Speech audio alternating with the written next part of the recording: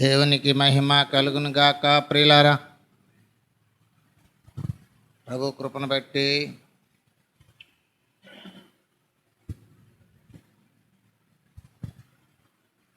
ఇరవై 26వ ఉపవాస ప్రార్థనా దినంలోనికి కూడి వచ్చి ఉంటున్నాము. ఇది వరకు పాటలతో ప్రార్థనలతో దేవుని మహిమపరిచి దేవుని గణపరిచింటున్నాం. మన ప్రార్థన విన్నపాలు ప్రభు పాదసంలో ఉంచింటున్నాం. ప్రభు మన మనవి ఆలకించి మనకు సహాయం చేసి ఉన్నాడు అని విశ్వాసముతో దేవునిలో సమయాన్ని గడుపుదాం.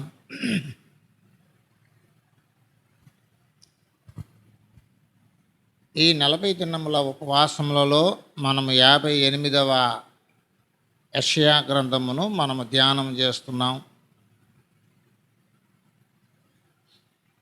మనము యెషయా 58వ అధ్యాయమును 4 భాగములుగా మనము ధ్యానం చేస్తున్నాం. మొదటి భాగము మొదటి వచనము నుండి, యెషయా 58 మొదటి వచనము నుండి 5వ వచనము వరకు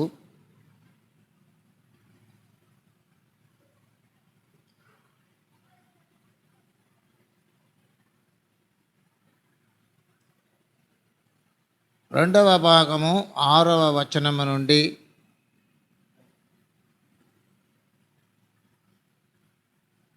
8వ వచనము వరకు,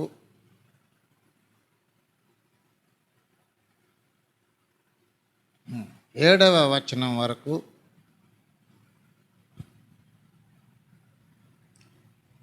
3వ భాగము 8వ వచనము నుండి 12వ వచనం వరకు మనం ధ్యానం చేసుకుంటున్నాం. 4వ భాగము 13, 14 వచనాలను చివరి వరకు మనము ధ్యానం చేసుకోవలసిన వారమై ఉంటున్నాము.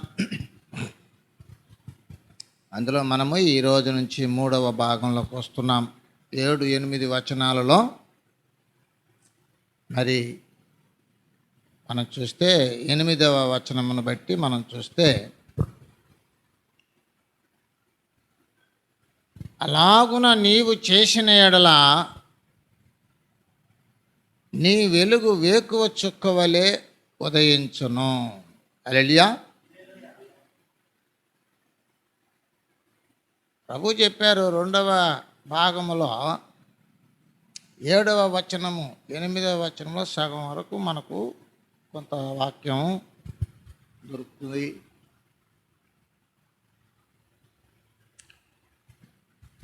దుర్మార్గులు కట్టిన కట్లను విప్పుటయు, కాడి మాను మోకులు తీయటయు, బాధింపబడిన వారిని విడిపించుటయు, ప్రతి కాడిని విరగగొట్టుటయు నేను ఏర్పరచుకొనిన ఉపవాసము గదా. నీ ఆహారము ఆకలి కొనిన వానికి పెట్టుటయు, నీ రక్త సంబంధికి ముఖము తప్పింపకుండుటయు, దిక్కుమాలిన బీదలను ఇంట చేర్చుకునుటయు, వస్త్రహీనుడు నీకు కనబడినప్పుడు వానికి వస్త్రములు ఇచ్చుటయు, ఇదే కదా నాకు ఇష్టమైన ఉపవాసం. అక్కడి వరకు 2వ భాగముగా మనం ధ్యానం చేశాం. అలాగున నీవు చేసిన ఎడల నీ వెలుగు వేకువ చుక్కవలే ఉదయించును. అక్కడి నుంచి మనం 3వ భాగముగా చూస్తాం. అలాగు చేసిన ఎడల పైన తెలియపరచినట్టి దైవ సంగతులను అనుసరించి నడుచుకొనిన ఎడల, అలాగు చేసిన ఎడల, మొదటి భాగంలో చేయకూడని విషయాలు ప్రస్తాపించి యాకోబు ఇంటి వారి పాపముల గురించి తెలియపరిచారు. వాటిని విడిచిపెట్టాలి. 2వ భాగంలో దేవునికి నచ్చిన ఇష్టమైన సహాయ కార్యక్రమాలను వాక్యానుసారమైన రీతిలో జరిగించడం. ఇలాగున చేసిన ఎడల మన వెలుగు వేకువ చుక్కవలే ఉదయించు. ప్రతి క్రైస్తవునికి ఈ నియమము ఉంది.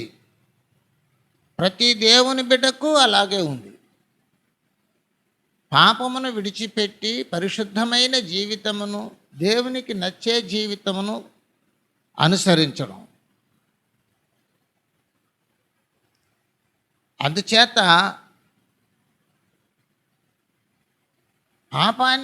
పాపపు క్రియలను, వేషధారణను తన్ను తాను హెచ్చించుకోవడం, తిరగబడడం, వేషధారణ వేయడం, గొడవలు, జగడములు, గుద్దులాటలు ఇలాగ చేయడం, దేవుని మందిరంలోకి వెళ్ళి అందరూ ఎదుట ఉపవాస ప్రార్థనలు చేస్తున్నట్టుగా నటించడం, ఇవన్నీ విడిచిపెట్టడం మొదటి భాగం. రెండవ భాగం దయా, కరుణ, ప్రేమ, జాలి, వాత్సల్యము, కటాక్షమును కలిగినటి మనస్సు కలిగి భూమి మీద దేవుడు మనకన్నా బేదలుగా, లేదో మనకన్నా మన దగ్గర ఉన్నది వేరొకరికి అవసరమైన స్థితిలో ఉన్న వ్యక్తులను చూచి వారికి సహాయపడడం, వారి ఇబ్బందులలో వారిని పరామర్శించడం, కూడు గుడ్డ గూడు ఆశ్రయం కల్పించడం, సహకారం అందించడం, అక్కరలలో ఉన్న వ్యక్తులకు ప్రభువు నామమును బట్టి వాడబడి ప్రభు మేలులు పొందడం, ఇవన్నీ చేస్తూ ఉపవాస ప్రార్థనలు చేయాలనేది యెషయా గ్రంథం 58వ అధ్యాయంలో ఉన్న వివరణ. ఈ విషయంలోకి వచ్చినప్పటికీ చాలామంది చేయలేకపోతున్నారు. అయితే మొదటి భాగమును, రెండవ భాగమును దృష్టి ఉంచి పరిశీలన చేసి సరి అయిన రీతిలో చెప్పబడిన వాక్యానుసారమైన రీతిలో అలాగూ చేసిన ఎడల నీకు చాలా మేలులు ప్రభు ద్వారా పొందుకునే అర్హత ఉంటుంది. అందుకే మొట్టమొదటిగా ఇక్కడ ఏం చెప్తున్నాడు? అలాగూ చేసిన ఎడల నీ వెలుగు వేకువ చుక్కవలే ఉదయించును. హల్లెలూయా, హల్లెలూయా. అలాగూ చేస్తే నీ వెలుగు వేకువ చుక్కవలే ఉదయిస్తుంది.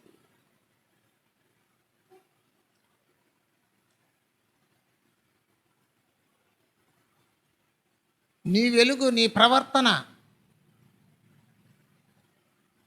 అందరికీ కనబడుతుంది.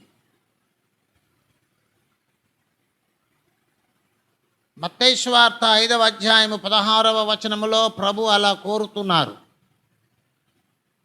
మత్తయి సువార్త 5వ అధ్యాయము 5:16 మత్తయి 5:16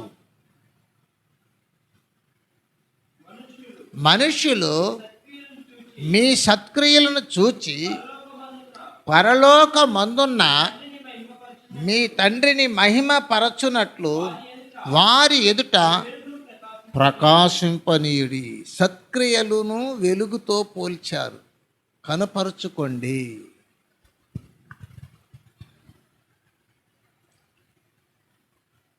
ఇప్పుడు నువ్వు మొదటి భాగమును, రెండవ భాగమును నీవు చక్కగా జరిగించిన ఎడల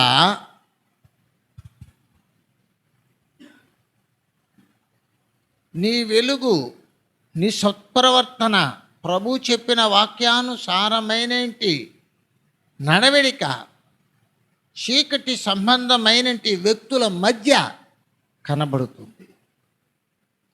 వేకువ చుక్క ఎంత వెలుగుగా ఉంటుందో అలాగున చీకటిలో ఆ నక్షత్రం ఏ విధముగా వెలుగును కనుపరుస్తుందో ఆ విధంగా నువ్వు ఉంటావు. చీకటిని కూడా నీ దగ్గరకు చేరనీయకుండా నువ్వు వెలుగుమయముగా కనిపిస్తావు. నీ వెలుగు అలా ఉంటుంది. అంటే పాపం అనేది నీ దగ్గరకు రాకుండా నీవు పరిశుద్ధంగా బ్రతకడం అనేది జరుగుతుంది. దేవుడు చెప్పినట్టుగా అనుసరించే వ్యక్తి యొక్క జీవితంలో చీకటి లాంటి పాపాలు కావచ్చు, కష్టాలు కావచ్చు వచ్చినా కూడా వెలుగులాంటి చక్కటి నెమ్మదిని పొందేలా దేవుడు చేస్తాడు. నెమ్మదిని పొందేలా దేవుడు చేస్తాడు. ఎందుకంటే నీవు ఆయన వాక్కును ఏం చేశావు? విన్నావు, అలా చేశావు. కాబట్టి ఆయన వాక్కులో నుంచి నీకేం వస్తుంది తెలిసిన? ఏమొస్తుంది? నీ వాక్యమే నన్ను బ్రతికించెను, బాధలలో నెమ్మదినిచ్చెను. బాధలు చీకటికి సంబంధించినటివి, వెలుగు నెమ్మదిని కలుగజేసేది. దేవుని వాక్యము ఇబ్బందులలో ఉన్న, కష్టాలలో ఉన్న, పాపములో ఉన్న వారికి నెమ్మదిని ఇవ్వడానికి వస్తుంది. నీవు ఆయన మాటలను అనుసరించి నడిచిన ఎడల నీ వెలుగు వేకువ చుక్కవలే ఉదయించును. యోబు గారు ఒక మాట చెప్పారు, 11వ అధ్యాయము, యోబు గ్రంథము 11వ అధ్యాయము 17వ వచనం.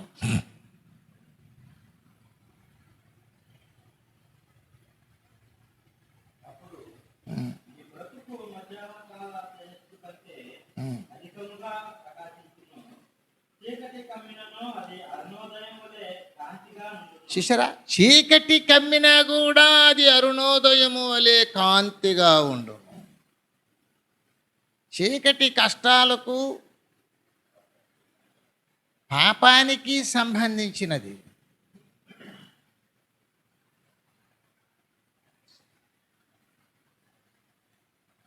గాఢాంధకారపు లోయలో నేను సంచరించినను.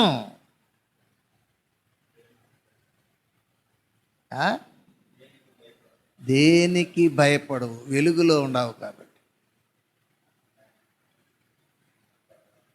వాక్యం అనుసరించి నడుచుకుంటూ పోతావు. నువ్వు భయపడుతున్నావు అంటే నువ్వు నీ దగ్గర వాక్యం లేదని అర్థం.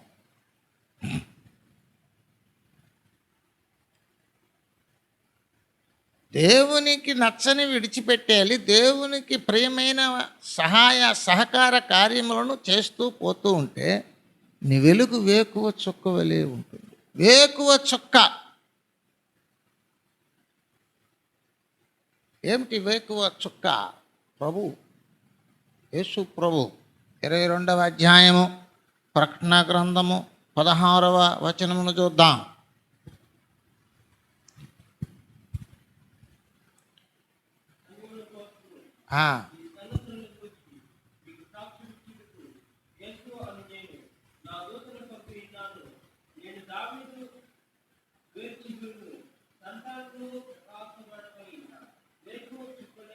హల్లెలూయా.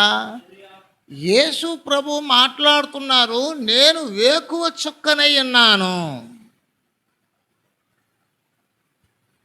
వేకువ చుక్క, నీ వెలుగు వేకువ చుక్క వలెను. హల్లెలూయా. నీ క్రియలు యేసు ప్రభు క్రియల వలెను ఉండును.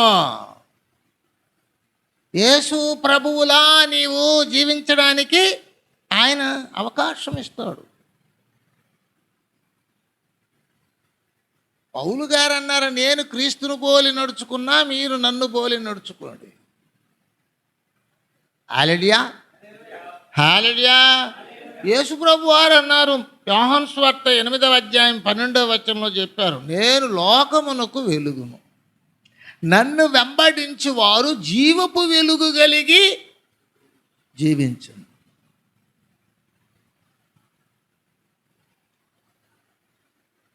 ఏమిటి ఆ వెలుగు అంటే, ఆది యందు వాక్యముండును, వాక్యము దేవుని యొద్ద ఉండెను, వాక్యమే జీవమయుండును, ఆ జీవము మనుషులకు వెలుగై ఉండెను.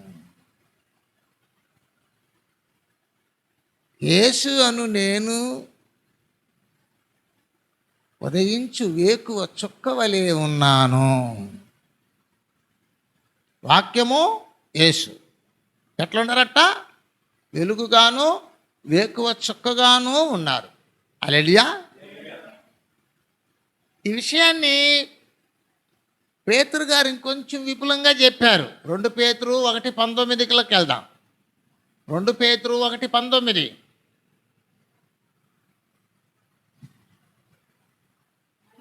మరియు చూసారా, ఇంతకన్నా స్థిరమైన ప్రవచన వాక్యము మనకున్నది. తెల్లవారు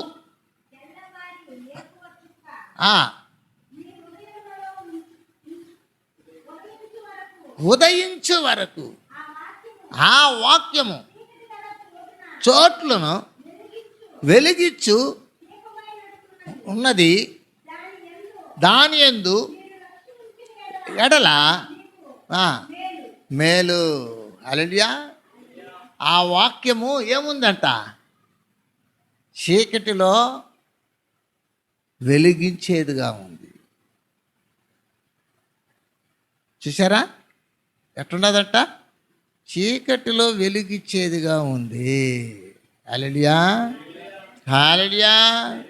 చూడండి ఇక్కడ వాక్యంలో చెప్పుకుంటున్నాడు, మరియు ఇంతకంటే స్థిరమైన ప్రవచన వాక్యము మనకున్నది. తెల్లవారి వేకువ చుక్క మీ హృదయములో ఉదయించు వరకు ఆ వాక్యము చీకటి గల చోట్లను వెలిగించు దీపమై ఉన్నది. దాని మీద లక్ష్యం వస్తే మీకెంతో మేలు. వేకువ చుక్క. యెషయా 58లో 8వ వచనములో మనం చూచినప్పుడు, అలాగున నీవు చేసిన ఎడల నీ వెలుగు వేకువ చుక్క వలెను. వలెనే, వేకువ చుక్క వలె. ఎవరు వేకువ చుక్క? వేకువ చుక్క ఎవరు?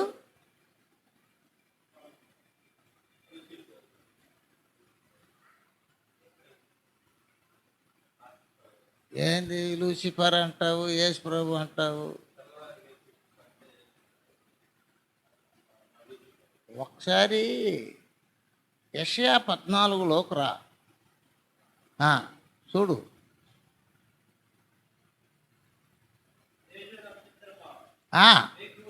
చూసారా, ఇది వేరు. ఇది పూర్వము ఉండింది. ఎప్పుడు ఉండింది? భూమిని సృజించమ మునుపు ఉండింది అది. ఇప్పుడు ప్రకటన 22:16లోకి రా. ఇక్కడ క్లియరెన్స్ ఇచ్చారు చూడు.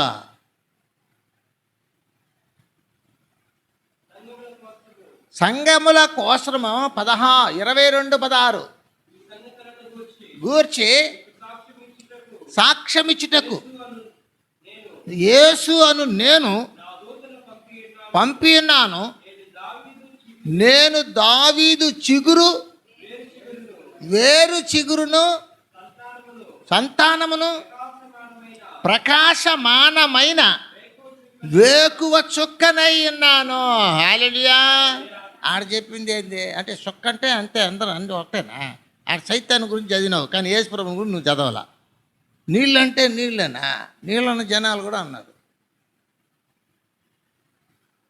బైబిల్ను బాగా పరిశీలన చేసి చదువుతూ ఉండాలి. ఈ సెంటెన్స్ ఏంది, ఆడ మాట్లాడుతున్నది ఎవరి గురించి మాట్లాడుతున్నారు, ఎందుకు మాట్లాడుతున్నారు, ఎట్లా వర్ణించినారు. ఈ విషయాన్ని పేతురు ప్రస్తాపించారు. ఏమని? ఆ వాక్యము చీకటి గల చోట్ల వెలిగించు దీపమై ఉన్నది, వేకువ చుక్కలాగా ఉంది అన్నాడు. దాని మీద లక్ష్యం వస్తే మీకు మేలు అన్నాడు ఆయన.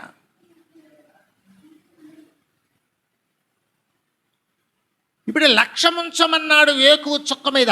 అక్కడ ఆ వేకువ తేజో నక్షత్రమా, వేకువ చుక్క, నువ్వు ఆకాశంలోంచి నువ్వు ఎట్లా పడితివి అన్నారు అక్కడ.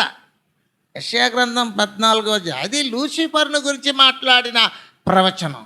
ఇది యేసు ప్రభువును గూర్చి మాట్లాడిన సత్యం. ఇప్పుడు యేసు ప్రభు వారు యోహాను సువార్త 8:12 ఏమన్నారు? తన్ను గురించి ఏం చెప్పుకున్నారు చూడండి. నేను లోకమునకు వెలుగై ఉన్నాను, నన్ను వెంబడించువారు చీకటిలో నడవక జీవపు వెలుగు కలిగి ఉంటారు. హల్లెలూయా. చదువు యోహాను 8:12. యేసు వెలుగును నడువక హల్లెలూయా. ఈ వెలుగు జీవింపజేసే వెలుగు. అందుకే నీ వాక్యమే నన్ను బ్రతికించెను, బాధలలో నెమ్మదినిచ్చును. దేవుని వాక్యమును నా పాదములకు దీపమును, నా త్రోవలకు వెలుగునై ఉన్నది అన్నారు 119 కీర్తన 105లో. 119 కీర్తన 105లో ఏమన్నారంటే వాక్యం. ఇవన్నీ మనకు ఇప్పుడు ఎందుకు నేర్చుకుంటున్నాం అంటే, నీ వెలుగు వేకువ చొక్కవలే అంటే అర్థం ఏంటి?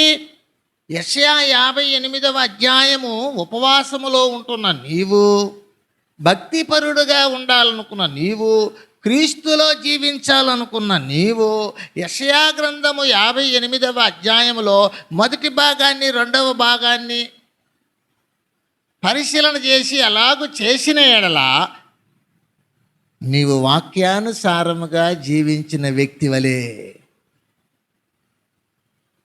పాపుల మధ్యలో కూడా పరిశుద్ధంగా ఉండిన క్రీస్తు వలె, లోకంలో చీకటి ఉన్నప్పటికీ వెలుగుమయమైన జీవితాన్ని నడిపించడానికి ఉపయోగపడే వాక్యము వలె, వాక్యాన్ని పోలి జీవించే వ్యక్తిగా ఉంటావు.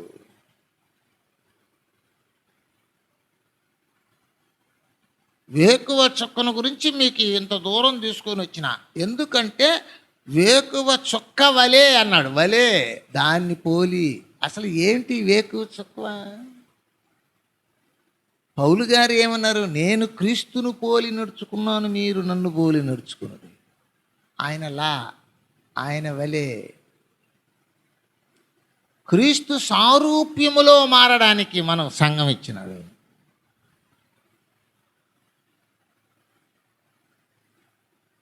అలా బ్రతకాలి. అసలు దేవుని వాక్యం చాలామందికి అర్థం కావడంలా, ఏదేదో వేళాకోళం చేస్తారు. క్రిస్టియన్స్ అంటే ఇష్టంగా బతికేసి ఆడదో దూరేది కాదు. చర్చిలో పోయినాడు, ఈ చర్చిలో కూర్చునేసే ఆడ అజమాయిషి చేసేదానికి కాదు పోయేది, జీవితాలు మార్చుకునేదానికి. మార్చుకోలేనంట్లా పిరికి వాళ్ళు అంటారు. మార్చుకోలేని వాళ్ళంతా పిరికి వాళ్ళు. ఒకరోజు మారిపోయేది కాదు, జీవితాంతం మారుతూ ఉండాల్సిందే అంతే. చనిపోయేంత వరకు వాడి తుది విజయం ఎప్పుడంటే అప్పుడు. ఎప్పుడు? మరణము నుండి తీర్పులోనికి రాక జీవములోనికి దాటి ఉంటారు. ఆ వాక్యాన్ని అనుసరించి నడిచే వ్యక్తులు అని యోహాను 5:24లో 25లో చెప్పబడుతుంది. అందుచేత అలాగున్న చేసిన ఎడల మొదటి భాగం 2వ భాగాన్ని నువ్వు పరిశీలన చేసి సరి అయిన రీతిలో జీవించిన ఎడల నీ వెలుగు వేకువ చుక్కవలే ఉదయించును. యేసు ప్రభు చేసిన క్రియలు లాంటి క్రియలు చేయడానికి నీకు వీలవుతుంది. ఆయన అవకాశం ఇస్తాడు, ఆయన నడిపిస్తాడు.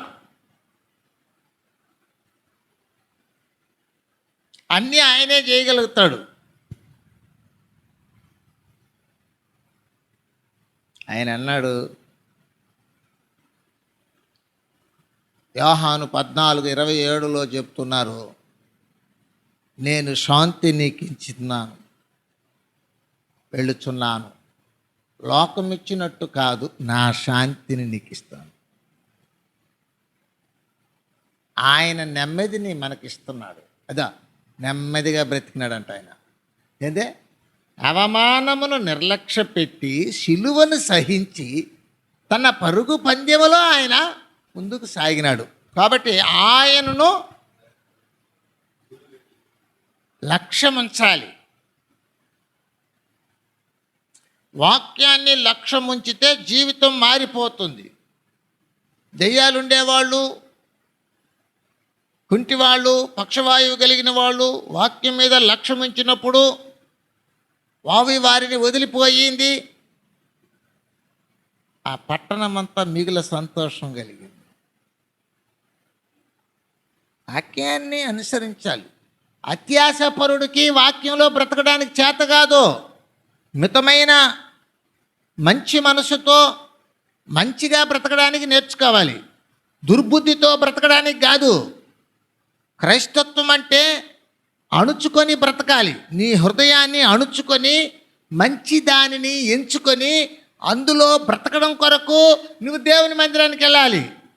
జరిగే పోతే ప్రభువును నేనేం అడిగితే నాకు ఇచ్చేస్తాడంటే, ఏదో అడుగు, పరలోకం అడుగు. అడిగింది ఆమె, ఎవరామె? ఈ పక్క ఒకరిని ఆ పక్క ఒకరిని, నా బిడ్డల్ని దేవుని రాజ్యంలో కూర్చోబెట్టు ప్రభువా అంటే, అది నా చేతిలో లేదనేసినాడు ఆయన. హల్లెలూయా. అయితే యేసు ప్రభువా నీ రాజ్యంలో నన్ను జ్ఞాపకం చేసుకోవా అంటే, నేడే నీవు నాతో కూడా పరదేశంలోకి వస్తావన్నాడు.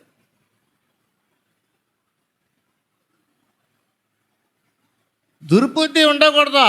నిన్ను సేవ చేయడానికి నా దగ్గరకు రమ్మన్నా, అంతే. నువ్వు చేస్తా రావాలి. పరలోకంలోకి మేము పోతాం, అప్పుడు నీకన్నా ముందు వచ్చిన వాళ్ళు ఏమవ్వాలి అనేది వాళ్ళకి వచ్చేసింది. మనస్తత్వం, గొడవ వచ్చేసింది. చెప్పిందే వినాలి, చెప్పింది చెయ్యాలి. ఆ మనసు ఉంటేనే నువ్వు శిష్యుడిగా నిలబడతావు. లేదంటే నీ మనసు ఏమైపోతుంటే లోకానికి వెళ్ళిపోయేసి అంతే పాపంలో పడిపోతావు. నువ్వు ఊరకున్నా కూడా నిన్ను లాగేవాళ్ళు కోట్ల మంది ఉండారు. ఏమరా ఊరికే ఉండవా, గమనం కూడా పోరా కుట్రా వాడిని అన్నట్టుగా. ఏంది ఇంకా కూడా స్కూటర్ కూడా లేదా నీక? ఏదో ఒకటి చేసి స్కూటర్ తీసి పెట్టుకో, పో స్కూటర్లో పో. తప్పుడు సలహా. ఆయన నిన్ను పుట్టించినాడు, ఆయన నిన్ను పిలిచినాడు, ఆయన నీకు ఇవ్వాలనుకుంటే ఇస్తాడు. మధ్యలో ఈడేవుడు చెప్పేదానికి నీకు ఆయన గురించిన జ్ఞానం లేకపోవడం వల్ల ఆడు పక్కనోడు చెప్పేదాన్ని వినేసి పాప జీవితంలో పడిపోయి పిలిచిన పిలుపును కాలదాన్ని జీవితాన్ని పాడు చేసుకునే అయోమయం జీవితం. నేను చెప్పాను ఇంతకుముందు, ఎవడాడు బంధువు అన్న.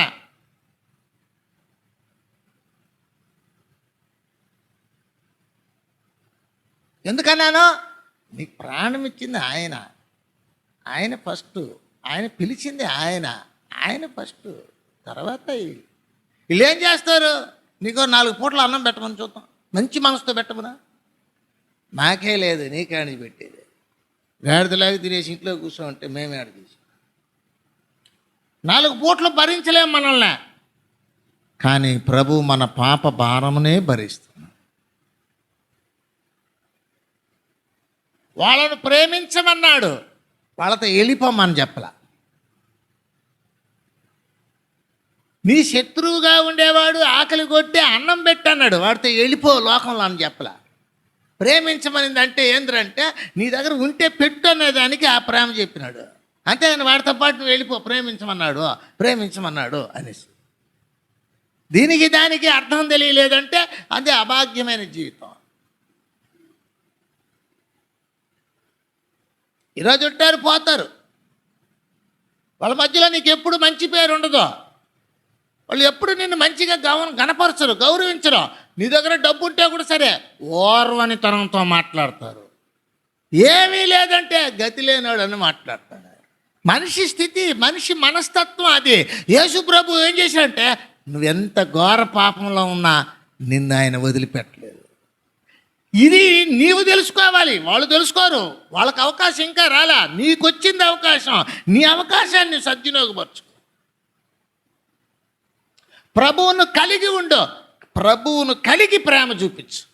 అప్పుడు ఎట్ట చూపించాలో నీకు తెలుస్తుంది. ప్రభువు లేకుండానే ప్రేమ చూపించాలంటే అది తప్పు, నువ్వే పాడైపోతావు.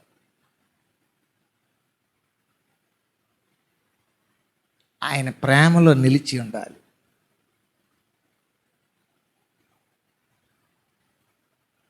చేత అలాగున నీవు చేసిన ఎడల నీ వెలుగు వేకువ చుక్కవలే ఉదయించును. హల్లెలూయా, హల్లెలూయా. చూడండి,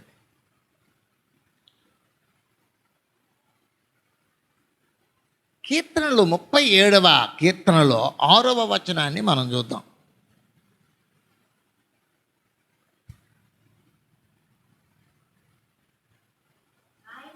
ఆయన వెలుగును వలె నీ నీతిని మధ్యాహ్నము వలె నీ నిర్దోషత్వమును వెల్లడిపరచను. హల్లెలూయా. చూసినావా? బాగా గమనించాలి అక్కడ వాక్యం, ఆ పదజాలాన్ని బాగా. ఆయన వెలుగు వలె నీ నీతిని మధ్యాహ్నము వలె నీ నిర్దోషత్వమును వెల్లడిపరుస్తాడు, కనుపరుస్తాడు అందరికీ. కరెక్ట్ అయినాడు చూడు, నా మాట ప్రకారం జీవించాడు, బుద్ధి తెచ్చుకుంటాడు. ఇంకొకడికి నిన్ను చూపిస్తాడు, నీవు నిర్దోషివి ఇప్పుడు, లేదంటే దోషివి, నా నోటులో నుంచి నిన్ను ఉమ్మి వేస్తానంటాడు, దీపమును నీ దగ్గర నుంచి తీసేస్తానంటాడు. ఎందుక? అన్నీ అందుబాటులో పెట్టి ఇలా చేయనైనా నేను చేయను అంటే నీకు ఇచ్చిన అవకాశాన్ని తీసివేస్తాడు. ఏమి చేసుకుంటావో చేసుకో, ఎవడికి చెప్పుకుంటావో చెప్పుకో, నిన్నెవడు ఆదరించడు, అంతే. నిన్నెవడు ఆదరించడు. వ్యాపారం అయితే చేస్తారు, నీ ఇంటి స్థలాన్ని నీ పొలాన్ని తీసుకునేసి అంత కూడేస్తాడు.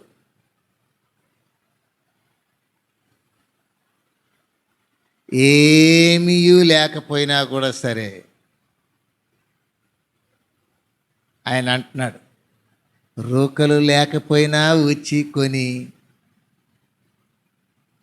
భుజించండి, మంచి వాటిని భుజించండి, నీ ప్రాణమును సుఖింపనీయుడి అని యెషయా గ్రంథం 55వ అధ్యాయములో మాట్లాడుతున్నాడు. యెషయా గ్రంథం 55వ అధ్యాయములో చూడండి ప్రియులారా, 55వ అధ్యాయం 1వ వచనంలో ఏమంటాడు? రండి, వచ్చి చేయుడి, రండి, లేకపోయినను ఏమీ నీయక్కయే ద్రాక్షరసమును పాలను కొనుడి. హల్లెలూయా. ఏమి ఇచ్చినావు యేసు ప్రభుకు? నువ్వా? నేను బడిలో చేర్చుకోవాలంటే బడిలో చేర్చుకునేదానికి డబ్బు ఇవ్వాలి. ప్రభు తన బిడ్డగా చేర్చుకునేదానికి ఆయనే నీ కొరకు ప్రాణం ఇచ్చాడు. అందుకే చెప్తాం, ఏడాది దూడలనా వేలాది పొట్టేళ్ళనా ఏది వద్దంట. ఏం కావాలంట?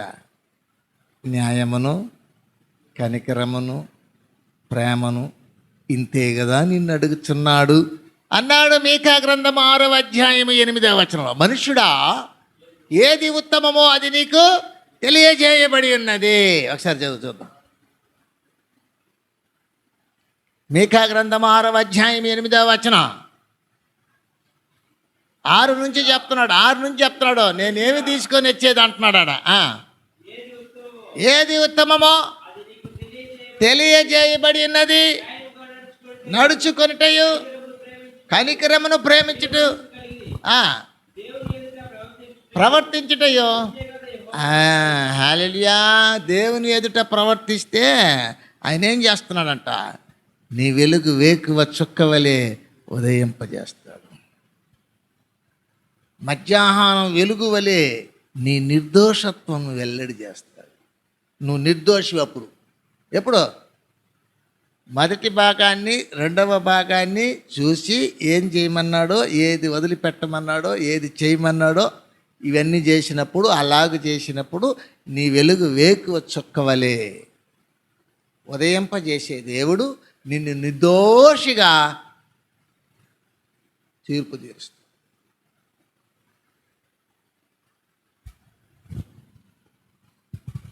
అట్ట కాదంట, చేసేదేమో ఉపవాస ప్రార్థన అంట, అంతా దేవునికి విరుద్ధమైన పని. అదేమంటే ఎవరున్నారట అనేది, లేదంటే ఎవరు వల్ల అవుతుంది అనేది. ఇట్లా చెప్పుకుంటూ ఉంటే ఏడ నుంచి దేవుడు మనల్ని ఘనపరుస్తాడు. ఇదిగో చూడు, నీ నిర్దోషత్వమును వెల్లడి చేస్తాను, నీవు నిర్దోషిగా నేను ఎంచుతాను, నువ్వు కరెక్ట్ అయిన వాడని నేను చెబుతాను, 10 మందిలో చెబుతాను, 10 మందిలో నిన్ను దావీదు నాకిష్టానుసారుడు, ఈయన నా సంకల్పాలను నా ఉద్దేశాలను నెరవేర్చినవాడు, అలా చెప్తాడు. ఈమె జోలికి పోబాకండి, ఈమె మంచి పని చేసి. హల్లెలూయా! ఎంత చక్కగా చూడు, ఆమె నిర్దోషి అయిపోయింది. ఆయన ఏమంటున్నాడంటే, ఇస్కరియోతుదా, ఏంది తప్పు చేస్తున్నావు, ఇంత అత్తరును తీసుకొని పారేసినావు, అది ఇచ్చుంటే బేదలకి ఆ అత్తరు అమ్మి బేదలకు ఉపయోగించుకుంటాను అని ఆయన అట్టంటే ఆమె జోలికే బాబా కనేసినాడు. ఆమె చేసింది కరెక్ట్. ఆమె నా నిమిత్తం మంచి కార్యం చేసి. అలడియా, నువ్వు మంచిగా జీవించేటప్పుడు, దేవునికి అనుకూలంగా జీవించేటప్పుడు అడ్డగించే వాళ్ళు ఉంటారు, తప్పకుండా ఉంటారు. తప్పకుండా దేవుని పనికి అడ్డకొచ్చే వాళ్ళు ఉంటారు. దేవునిలో మంచిగా చర్చికి వెళ్తే తప్పు కొంతమందికి. ఏంది ఎప్పుడు చూసినా చర్చికి పోయేది, తెల్లారితో పోయేది, మధ్యాహ్నం పోయేది, ఏమి ఆడ ఆ పాస్టర్ మాట వినేసి వెళ్ళిపోతూ ఉంటారు. ఇల్లు లేదు, వాకిల్ లేదు, ఇల్లు వాకిలే సంపాదించుకోవాలి. వాళ్ళకి ప్రాణాలు దేవుని రాజ్యంలో సంపాదించుకోకూడదు.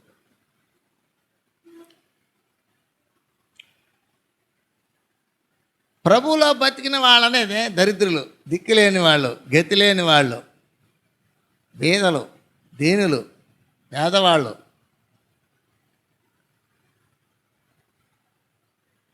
సమస్తమును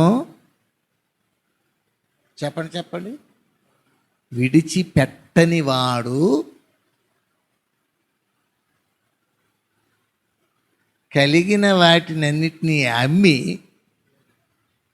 ధర్మము చేయండి. హల్లెలూయా. 12వ అధ్యాయం 38వ వచనం, లూకా సువార్త.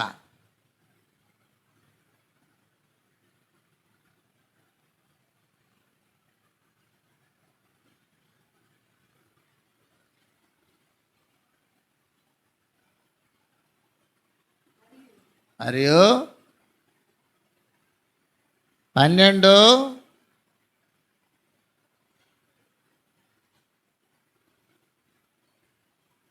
33వ వచనం చదవండి. మీకు కలిగిన వాటిని అమ్మి ధర్మము చేయుడి, పాత గిలని సంచులను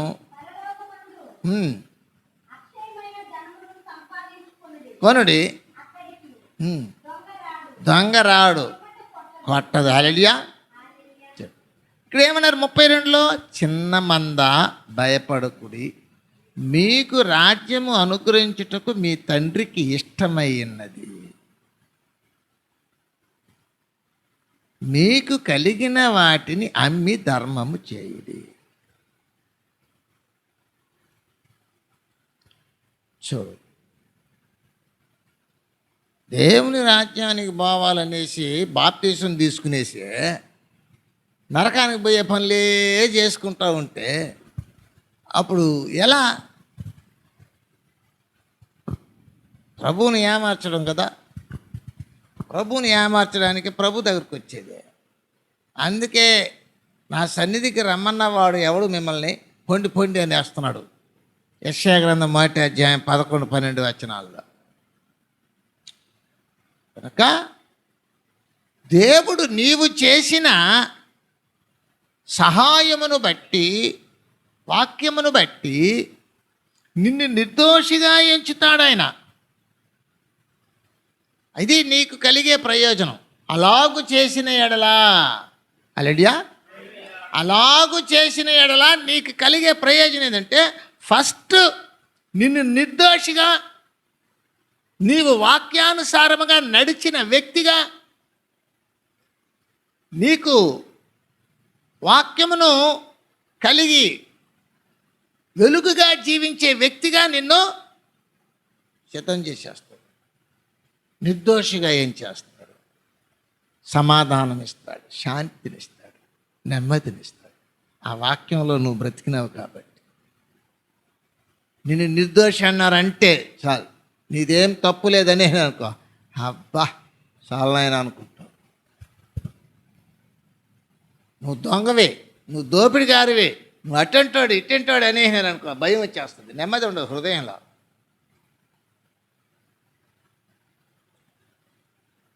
ఆ వాక్యానుసారంగా నడిస్తే ప్రభు వలె నీవు నిర్దోషిగా ఉంటావు. హల్లెలూయా. రెండవదిగా చూద్దాం, రెండవ ప్రయోజనాన్ని చూద్దాం. అలాగు చేసిన ఎడలా, చదవండి. చేసిన ఎడల వేకువ చుక్కవలే ఉదయించును, స్వస్థత శీఘ్రముగా వచ్చును. హల్లెలూయా. స్వస్థత పొందుకుంటావు అంటున్నాడు. మొదట ఆరోగ్యం నీకు బాగుండాలి. నీకు కోట్లున్నా నీకు ఆరోగ్యం లేదనుకో, బాగలేదనుకో, నువ్వేమి తినలేవు, ఏమి చేయలేవు. ఊరికే బీరువాలు కొంటావా, బంగారు కొంటావా, నవ్వులుకో.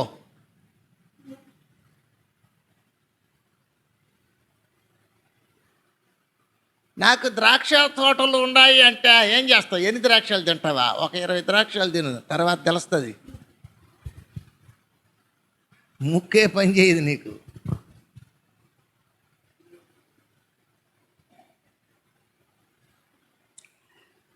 నీవు వాక్యానుసారముగా చేసినప్పుడు నీకు స్వస్థత ఇచ్చేస్తున్నాడు. స్వస్థత బుద్ధి. ఫస్ట్ బుద్ధిలో స్వస్థత వస్తుంది, హృదయములో స్వస్థత రావాలి. స్వస్థ బుద్ధి గలవారే. హృదయము మోసకరమైన వ్యాధి కలిగినది. ఫస్ట్ లోపలంతా నీకు ఏమవుతుందట? ఆరోగ్యము కలుగుతుంది. లోపల అంతా అంతరంగము, హృదయము, మనస్సు ఇలా చెప్పుకుంటున్నా ఇవన్నీ బాగుండాలి. వాడి మనసు మంచిది కాదు, వాడు హృదయం చెడిపోయిన హృదయం అంటల్లా. చెడిపోయిందంటేనే రోగి అని అర్థం. రోగి పైకి మాత్రం భక్తి కలిగిన వాళ్ళ వల్లే ఉంటారు. వాళ్ళ నోరు తెరిస్తే వాళ్ళ హృదయ ఆలోచనలు అన్నీ కూడా దేవునికి విరుద్ధమైన వ్యాధి కలిగినట్టు మనస్సు. తప్పుడు అందం అది నిజమైన అందం కాదు.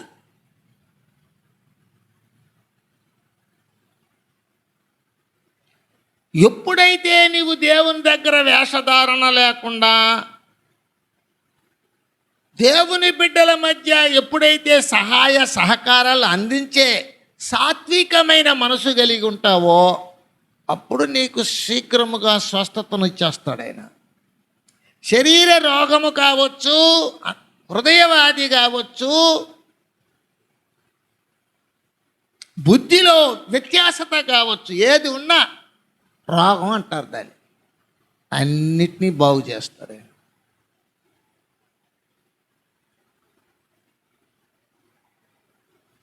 నీ బుద్ధి పాడైపోయిందంటే రోగం వచ్చిందని అర్థం. అందుకే నువ్వు ఎట్టగంట ఆలోచన చేస్తావు.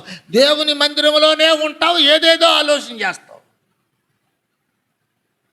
క్రైస్తవుడు అని చెప్పుకుంటావు, ఏడానో తిరుగుతుంటావు.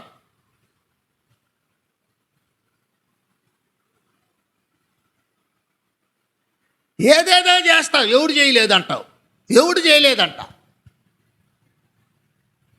నన్నెవరు అడిగేదంటావు, నిన్నెవరు అడుగుతాడు? ఏం పని పట్ల అడిగేవాడు ఆయన అడుగుతాడు. ఆయన అడిగినప్పుడు చూడు ఎలా ఉంటుందో నీకు. నువ్వు క్రైస్తవుడై చెప్పి దేవుణ్ణే ఏమారుస్తున్నావు భయము లేకుండా. కఠినంగా వ్యవహరిస్తున్నావు, భయము లేకుండా. అందుకే రోగి అయిపోయేది. సేవకుడు ఎన్నిసార్లు చెప్తాడు, దేవుడు ఎన్నిసార్లు చెప్తాడు, పరిశుద్ధ గ్రంథంలో ఎన్నిసార్లు చదివి ఉంటావు, ఎన్ని ప్రసంగాలు విని ఉంటావు, ఎన్ని మీటింగ్లకు వెళ్ళి ఉంటావు, ఎన్ని బుక్స్ చదివి ఉంటావు. ఇన్ని బుక్స్ చదివినా, ఎన్ని మందిరాలకు పోయినా, ఎన్ని సేవకులను దర్శించినా, ఎంత వెళ్ళినా బుద్ధి మారలేదు.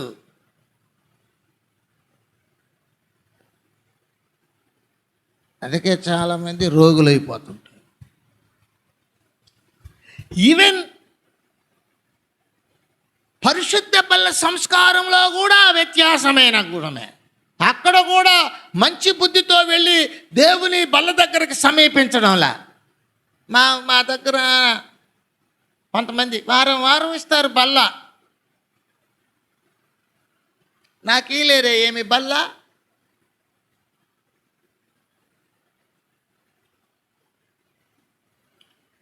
ఆయన అన్నాడు, అయోగ్యముగా ప్రభు రెట్టెను శరీరాన్ని రక్తాన్ని తిని త్రాగువాడు శిక్షావిధికి కారకుడు. ఒరే, శిక్ష వస్తుందిరా, బాగుపడి వచ్చి తినిరా త్రాగరా అంటే నాకు శిక్షే కావాలి అంటున్నాడు. ఈ నేరము మా మీదను మా బిడ్డల మీదను ఉండును గాక అన్నారంట యేసు ప్రభువును అప్పగించిన వాళ్ళు. అలాగున యేసు ప్రభువును మళ్ళీ అప్పగించి దోషం తెచ్చుకుంటున్నారంట. తెలుసా? చదువు హెబ్రీ 6:6.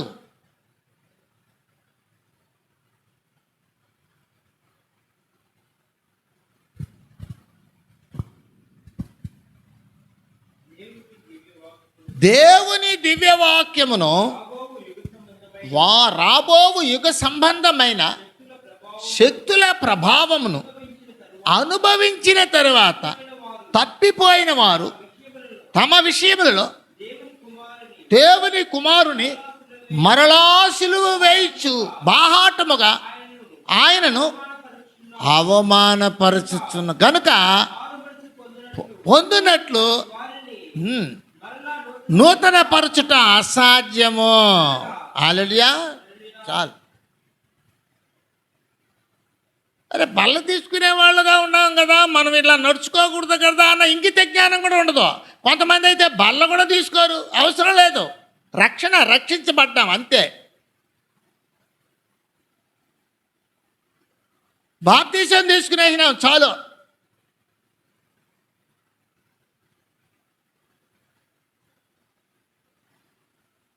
ఎలా వస్తుంది స్వస్థత శీఘ్రంగా?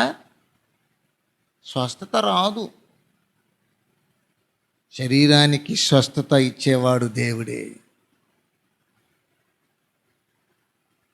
ఇక్కడ అంటున్నాడు, అలాగున చేసిన ఎడలా స్వస్థత నీకు శీఘ్రముగా వస్తుంది.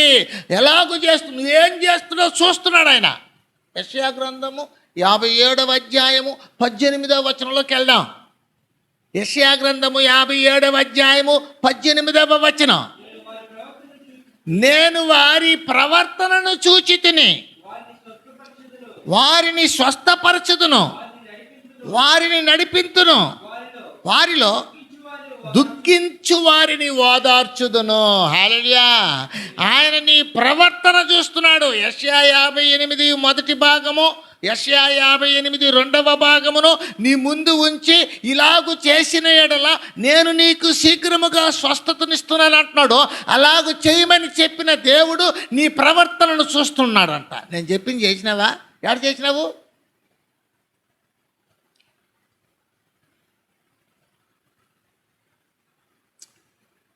అవసరంలే, స్వస్థత వద్దు, ఏమో వద్దు. ఉన్న రోజులు ఉండి చచ్చిపోతాం, దానికి ఏమన్నది పెద్ద ఇది. చచ్చిపోకుండా ఏమి ఏమన్నా ఉండేదానికి సృజించిందా? చచ్చిపోయేదానికే. పుట్టినవాడు గిట్టక మానడు అంటారు ఒక పద్యంలో.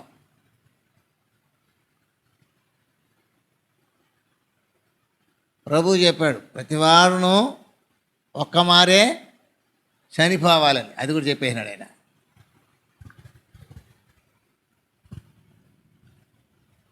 నిన్ను స్వస్థపరచువాడు యెహోవాయే.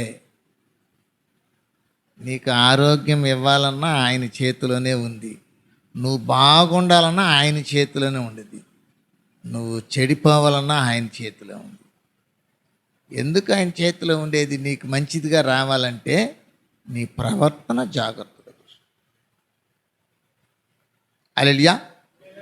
మరణకరమైన వ్యాధి వచ్చింది. యెషయా 38 మొదటి వచనం చదువుదాం త్వరగా.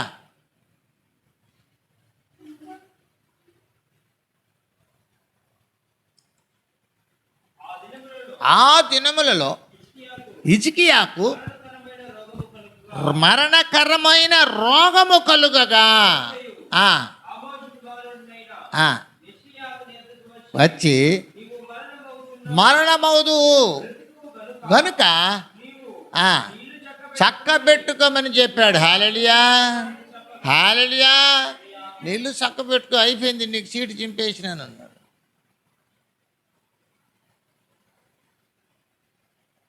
అసలు బైబిల్, అసలు దేవుని గురించి తెలుసుకోకుండా ఏం క్రిస్టియన్స్ చెప్పా? ఏమి క్రిస్టియన్స్? పంటి క్రిస్టియన్స్, క్రిస్మస్ క్రిస్టియన్స్, పండగ క్రిస్మస్ వాళ్ళు, పండగ క్రిస్టియన్స్, తిండి క్రిస్టియన్స్, ఏడన్నా బెట్టబోతారని తిరుగుతుంటారు. ఎవడైనా హెల్ప్ చేయబోతారని తిరుగుతారు. వీళ్ళు పోయి పనిచేసి సంపాదించి తెచ్చి 10 రూపాయలు దేవునికి ఇచ్చి దీవెన పొందదామనేది ఉండదు. ఆడేమి ఇస్తారు? ఆడేమి అడగరు. ఆడ మంచోళ్ళు. సరే సరే.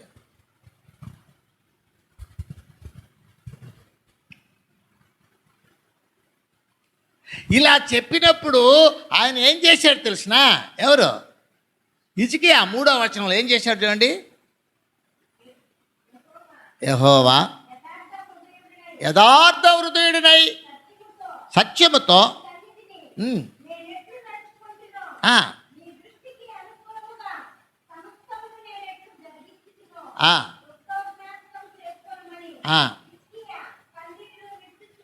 ప్రార్థింపగా. హల్లెలూయా. ఇప్పుడు చెప్తున్నాడు, నేను ఎట్ట నీ దృష్టి ఎదుట ఎట్ట ప్రవర్తించినానో ఒకసారి జ్ఞాపకం చేసుకో. అందుకు 5వ వచనంలో రిప్లై ఏమొచ్చింది? తిరిగి పోయి ఇట్లనేమో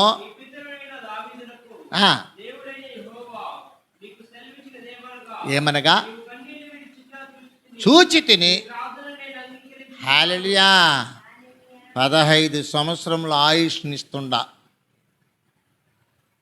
నీకు స్వస్థత మరలా వస్తుంది. 21వ వచనములో స్వస్థతను ప్రకటిస్తున్నాడు ప్రభు. మరియు యెషయా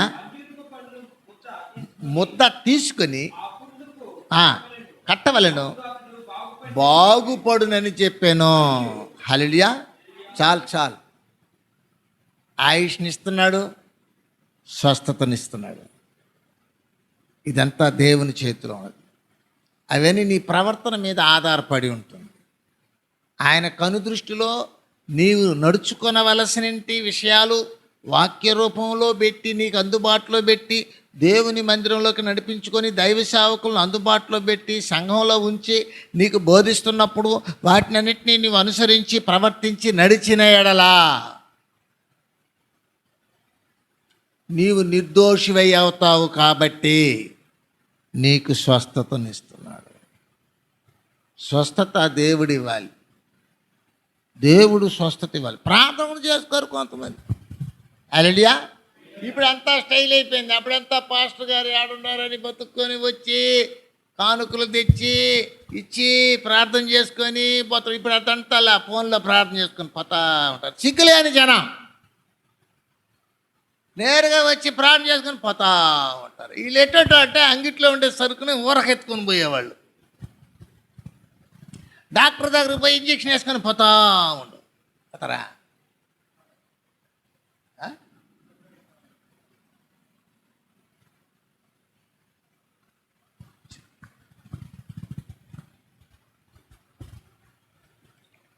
గమనించాలి. మనము ఆడికి వెళ్తాం, ఆడక గవర్నమెంట్ హాస్పిటల్కి. ఆడకి పోయి అది ఏంది ధర్మాసుపత్రి అంటారు దాన్ని, పేరే. ఆయన రూపాయి ఇచ్చి సీటు తీసుకొని పోవాలి, 2 రూపాయలు ఇవ్వాలి డబ్బాలో. ఊరికే తీసుకోకూడదు, ఎందుకంటే నీకు ఆ విలువ తెలియదు. అందుకోసం ఆ సిస్టమ్ పెట్టారు వాళ్ళు. మీ చర్చికి వస్తే ఏమి ఇస్తారంట, మేము ఇవ్వాలి. పెళ్లి చేస్తామన్నా, నేను చెప్పిన పెళ్లి చేస్తాము. ఒక ఆయన బోధకాలు ఎత్తి పెట్టా, దీని విషయం నువ్వేం చేస్తావన్నా.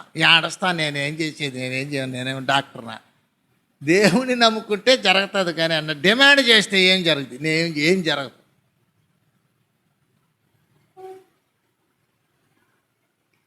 నీతో సవాలుకు దిగడానికి వచ్చింది నేను, నీకు గ్యారెంటీలు ఇవ్వడానికి వచ్చింది.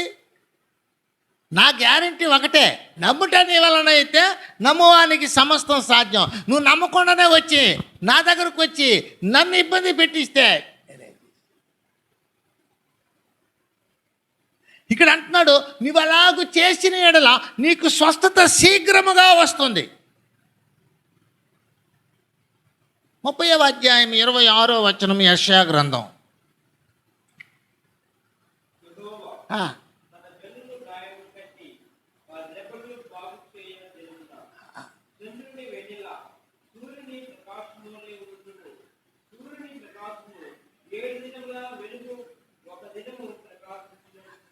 హల్లెలూయా.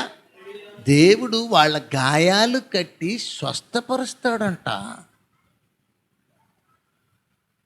దేవునికి ప్రియంగా బ్రతికితే పోదా, దేవుడు చెప్పినట్టుగా నడుచుకుంటే పోదా.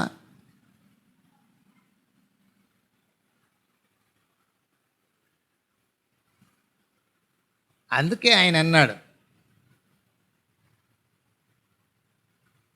శరీర రోగమైనా అది ఆత్మీయ వ్యాధి అయినా యేసు గాయముల్ స్వస్థపరచును, యేసు గాయముల్ స్వస్థపరచును, రక్షణకు అందించును. రక్తమే రక్షణనిచ్చును. యేసు రక్తము నీకు స్వస్థతనిస్తుందంట. యేసునందు విశ్వాసం ఉంచాలి. రక్తములో ఆత్మ ఉంది, ఆత్మ మాట్లాడుతుంది. ఆ మాటలను అనుసరించి నడుచుకోవాలి. హల్లెలూయా. అంచేత ప్రభు వాక్యంలో తెలియపరుస్తున్నాడు, శీఘ్రముగా నీకు స్వస్థతను అనుగ్రహిస్తాడు ఆయన.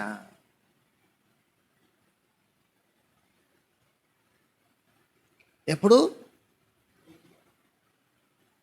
అలాగూ చేసినప్పుడు. ఎలాగనా? మొదటి భాగం రెండో భాగం చూడాలి. తప్పుడు జీవిత విధానాన్ని విడిచిపెట్టాలి, చెయ్యమన్న దాన్ని చెయ్యాలి. ఇది నేను చెప్పినది కాదు, ఆర్డర్ కాదు, దేవుడు ఇచ్చినట్టు ఒక పద్ధతి, క్రమం అనాలి దాన్ని. క్రమం. అలా క్రమంలో పో, నీకు తప్పకుండా శీఘ్రతను దేవుడు స్వస్థతనిస్తాడు, శీఘ్రముగా.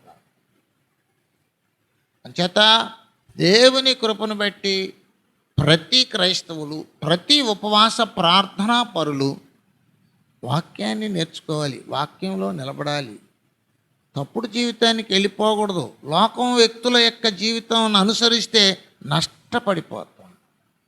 మనకు స్వస్థత రాదు, మన బుర్ర చెడిపోతుంది, మన హృదయం ఘోరమైన వ్యాధితోనే నిండి ఉంటుంది.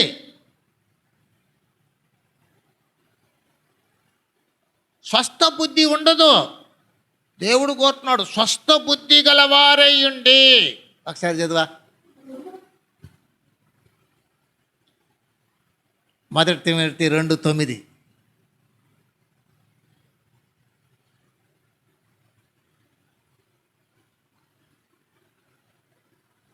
మరియు స్త్రీలను అణుకువయు స్వస్థ బుద్ధి గలవారై ఉండి. చాలు. ఎందుకు చెప్పాడా? స్వస్థ బుద్ధి లేదంటేనే ఏదేదో ఎత్తుకునేది. బంగారముతో, నగలతో, జడలతో, విలువగలిగిన వస్త్రాలతో బుద్ధి పోయిందాడా గడ్డి తినడానికి. అందుకే ఆ మాట అన్నాడు ఆయన. బుద్ధిలో స్వస్థత లేదు, మార్పు లేదు. పాత జీవితమే, పాత లక్షణాలే, పాత బుద్ధులే. అందుకే స్వస్థత లేని బుద్ధి. మనోళ్ళు కూడా అంటారు, ఆళ్ళలాగా అట్ట తీసుకోవాలి, ఇట్ట తీసుకోవాలి, ఒక్కటి కూడా లేదు అట్ట. సాదాసీదాగా బ్రతకాలంటే దరిద్రం. హంగామాగా బ్రతికితే దేవుని దగ్గర సీట్ లేదు. దేవుని దగ్గర సీట్ లేకపోయినా పర్వాలేదు, కానీ దేశంలో మనల్ని కనపరచాలి. ఇది వీళ్ళ బాధలు. కానీ అక్కడేమన్నాడు? స్వస్థ బుద్ధి గలవారయ్యండి. ఎందుకు ఆ పదం వాడినాడు? కింద ఉన్న పర్టికులర్స్, కింద ఉన్న విధానాలు అన్నీ మారాలంటే స్వస్థ బుద్ధి ఉండాలి. నీకు స్వస్థ బుద్ధి లేదు. ఎందుకు లేదంటే దేవుని మాటలను నువ్వు గౌరవించడంలా, దేవునిని నువ్వు చూడడంలా, దేశంలో ఉండే జనాలను చూస్తావు.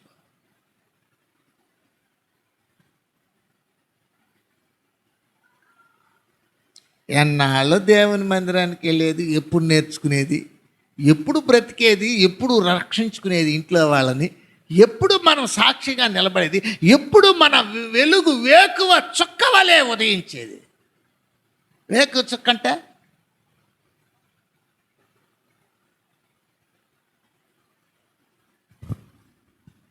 చూడు పోయింది. వేకువ చుక్క అంటేనే ప్రకటన 22:16 ఏడ చదువా? వేకువ చుక్క అంటే ఏంటో చూడండి. ఆడ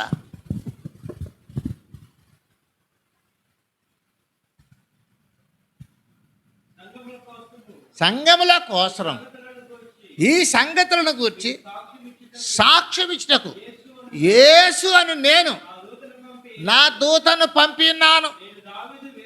నేను దావీదు వేరు చిగురును, సంతానమును, ప్రకాశమానమునైన వేకువ వెలుగునై ఉన్నాను. అలెలుయా. ఆయనే వేకువ చుక్క, వేకువ వెలుగు. ఆయనే వాక్యం. ఆ వాక్యాన్ని గురించి చెప్పాడు 2 పేతురు 1:18-19. అలెలుయా. అంచేత బహు జాగ్రత్త కలిగి ఉన్నాం. నీ వెలుగు వేకువ చుక్క వలే అంటే యేసు ప్రభువులా, యేసు ప్రభువుతో, యేసు ప్రభువు వెంబడి ఉంటావు. నీ ప్రవర్తన బాగుంటుంది. నీకు శీఘ్రంగా స్వస్థ వచ్చేస్తుంది. నువ్వు నిర్దోషిగా ఉంటావు. ఇదే నీకు కావలసింది. పరలోకం పోవాలంటే ఇవే. నీ ఆస్తి కాదు, నీ అంతస్తు కాదు, నీ చదువు కాదు, నీ పదవి కాదు, నీ గొప్పతనం ఏది కాదు, నీ జనం కాదు, ఏమి రాదు నీకు. నీ ప్రవర్తనను చూస్తున్నాడు దేవుడు. సరి చేసుకోవడం నేర్చుకోవాలి. ఎంత ఆలస్యం చేస్తే అంతా నష్టమే. ఎవరికో నష్టంలా, మనకే నష్టం. ఏడుస్తాం, 10 మందిలో ఏడుస్తాం. దరిద్రం పని చేసిన తర్వాత 10 మందిలో కూడా ఏడుస్తాం. సిగ్గు విడిచి, సిగ్గు వదిలేసి ఏడుస్తాం. మా ఇంట్లో ఎన్నో కష్టాలు, ఏ బాధలు. ఏడవ సరే ఏడిపిస్తే అంతే, ఏడిపే. నీకు ఏమీ చేయడానికి ఏంటే అదే పని. నేనేం చేసేది నువ్వేం చేయలేవు. ఏడు చెప్పినప్పుడు వినకపోతివి, నీవే స్వబుద్ధితో పోతివి, దేవుని మాటలను పక్కన పెడితివి, క్రైస్తవుడని చెప్పుకొని దేశమంతా దేవుని పేరును జడగొట్టితివి, కాని పనులన్నీ చేసితివి. స్వస్థత ఎలా వస్తుంది? అందుకే ఏడ్చి. ఇక ఒకటి మాత్రం, నీకు స్వస్థత రావాలంటే యేసయ్యే మార్గం, వేరే మార్గంలే. ఎన్ని కోట్లున్నా ఎవరు నీకు ఇవ్వరు స్వస్థత, దేవుడే. ఒక మాట మాత్రం సెలవిస్తే స్వస్థత కలుగుతుంది. హల్లెలూయా, హల్లెలూయా. విశ్వసిద్దాం, దేవుని కృపలో ముందుకు సాగుదాం. దేవుడు వాక్యాన్ని దీవించి కాపాడునుగాక. ఆమేన్.